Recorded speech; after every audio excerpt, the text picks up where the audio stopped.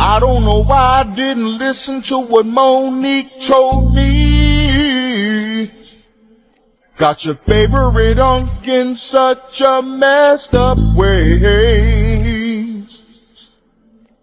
Whatever them text messages said about what we were doing. So that 50 million you won, I'm not gonna pay. I should've learned my lesson when I went live. I should be thinking about Lakers in 5. I can't figure out just what to do when that Busby dude is with you.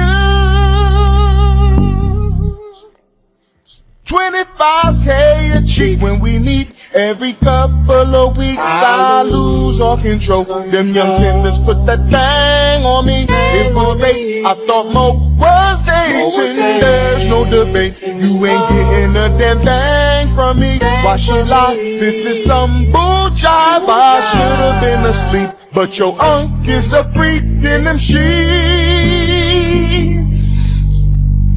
Can't believe she won 25K for a cheat.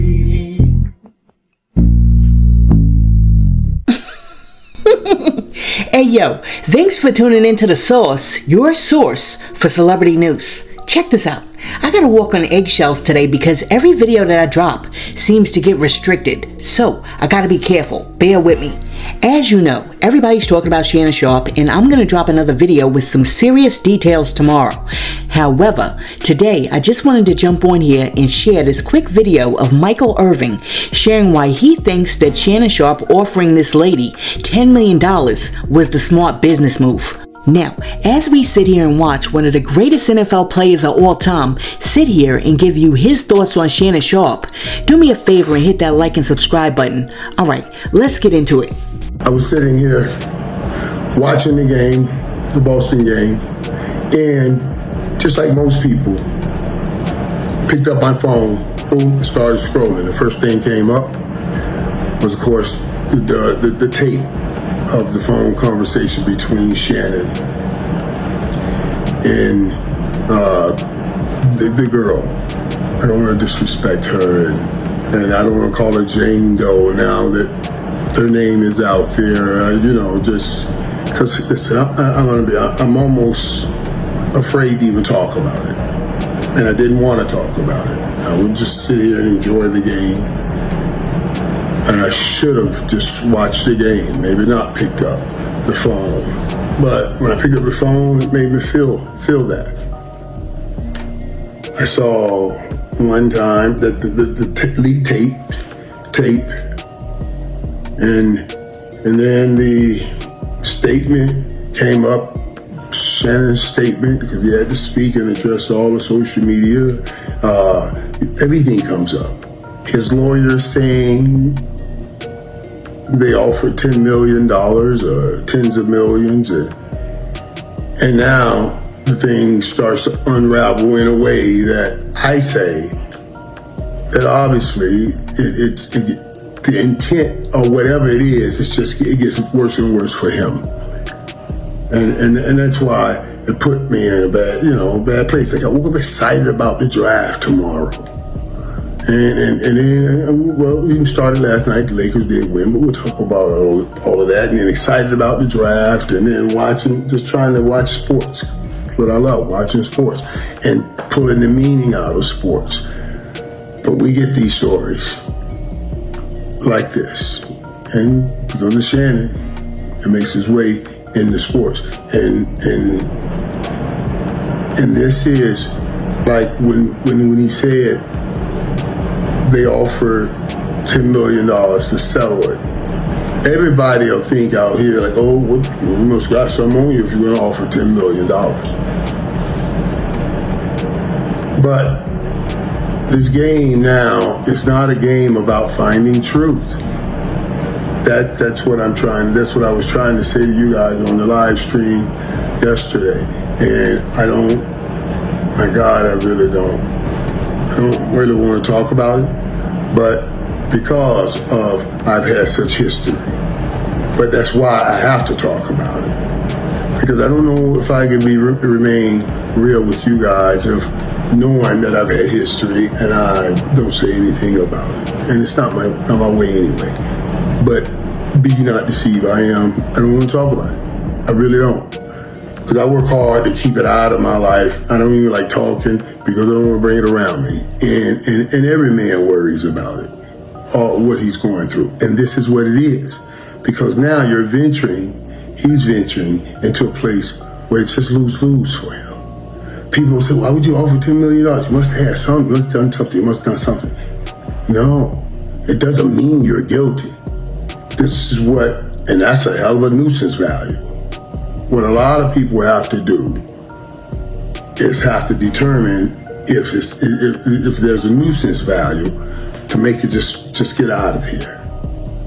If it's something that can destroy you, and you're seeing what's happening, and their side, they're not going to put everything out at once.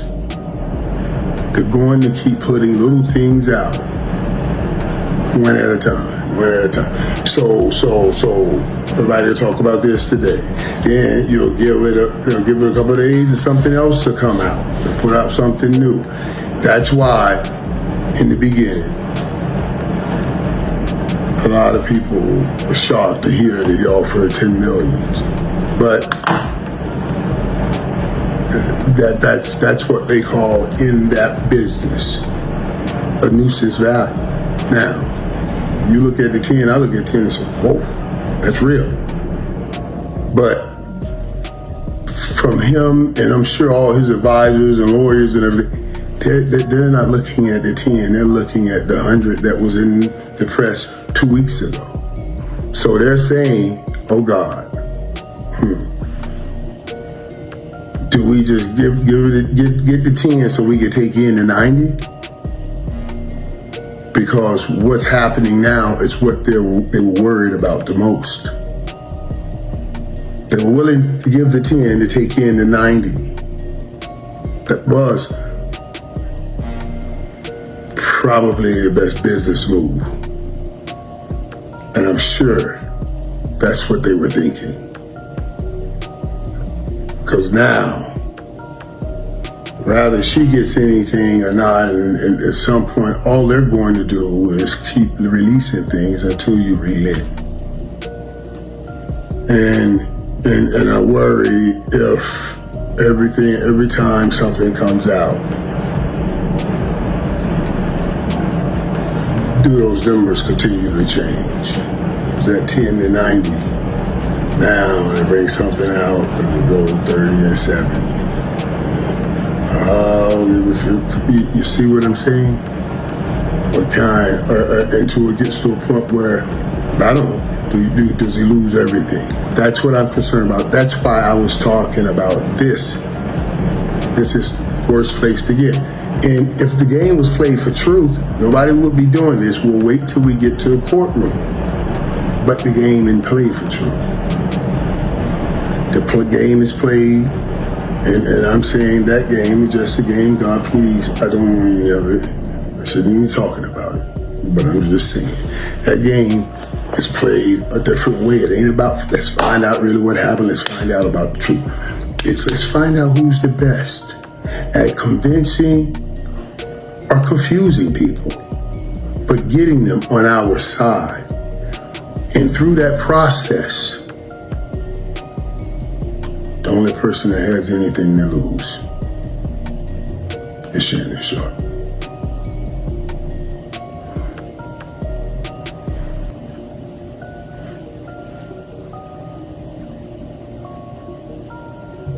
The only person putting anything on the line. You know. And I'm not talking about the alleged victim. You know what I'm saying? What I'm saying is she didn't have any great thing out here that this is going to chip away at. So she didn't have any big thing out here that's going to chip away. Well, I heard about her OnlyFans. When Shannon mentioned OnlyFans, it'll probably boost that. Both lawyers are going to get a big time boost because they're in the paper. They're in the conversation. Are they all over social media? They're in the conversations every time we bring up these conversations. And the only person that's going to be losing is my great friend. Alright, so there you have it. Michael Irvin says that Shannon Sharpe did the right thing by offering her $10 million because by offering her the $10 million, he still kept the $100 million in play. So Shannon Sharpe wasn't thinking about the 10, he was thinking about the $100 million negative the 10. Now, there's a whole bunch of people out there who are like, yo, he offered a $10 million to settle, he's definitely guilty. Not necessarily when, if you give her that 10, you can get an extra 90 in your pocket. But if you don't give it a 10, you run the risk of never ever seeing that $100 million offer again. That's a whole different story. And sometimes you have to make calculated risks. Alright, so let me ask you a question. Here's the scenario. You're a 42-year-old tech entrepreneur and CEO of a fast-growing AI company, and you're about to close on a $100 million acquisition deal with a major Silicon Valley firm pending final due diligence and reputational checks. Now, you've always maintained a squeaky clean public image, no scandals, no controversies, no social media drama, and the acquiring company that's getting ready to give you the $100 million is run by an extremely risk-averse leadership. They're known for pulling out of deals at the slightest whiff of any mess or press, especially anything involving personal conduct. Then, one morning, shortly before you're supposed to sign a deal, you receive a series of encrypted emails containing screenshots of what appear to be explicit text messages and compromising photos allegedly sent from your phone to a 19-year-old intern that you used to work with at your previous job. The emails are from an anonymous source demanding $20 million in cryptocurrency in exchange for destroying all the files and not leaking them to the press. Now, you know darn well that you've never sent those messages. You don't know where they came from, it wasn't you. But they're extremely convincing. I mean, these are the real deal. They got the timestamps to periods when you were known to be working late with a person, even referencing real events from your past. Also, there are deepfake photos and AI-generated conversations that make it nearly impossible for you to disprove that they're not really real really quick. Now, the company who you're supposed to do the $100 million deal with is scheduled to complete their investigation in 3 days. And if this information leaks, regardless of its truth, it could go viral. And if it goes viral, they're almost certain to terminate the $100 million deal. I mean, you're going to lose everything. And you also know that if the company pulls out, there's going to be a domino effect because other companies are not going to want to deal with you either. Now, even though you know that you're 100% innocent, the risk of irreparable reputational damage is too high, and there's no time to launch a full investigation to prove that the text messages are fake. Because remember, you got 3 days. So, you're advised by your legal team and your PR team that being right won't matter if the story hits the media first. Alright, so here's my question. Do you pay the 20 so that you can get your hands on that $100 million? Or do you let the blackmailers drop the story and ruin your reputation, which is 100% guaranteed to blow the $100 million deal? Let me know what you would do down below in the comments. And also, for everybody out there who's like, yo, if I was innocent of something, I would never settle. Let me know something. Do you still feel the same way? And also, what do you think about Michael Irvin saying, y'all gotta remember, the only person in this situation who has anything to lose is his friend Shannon Sharpe. Hey yo, thanks for tuning in to The Source, your source for celebrity news. Peace.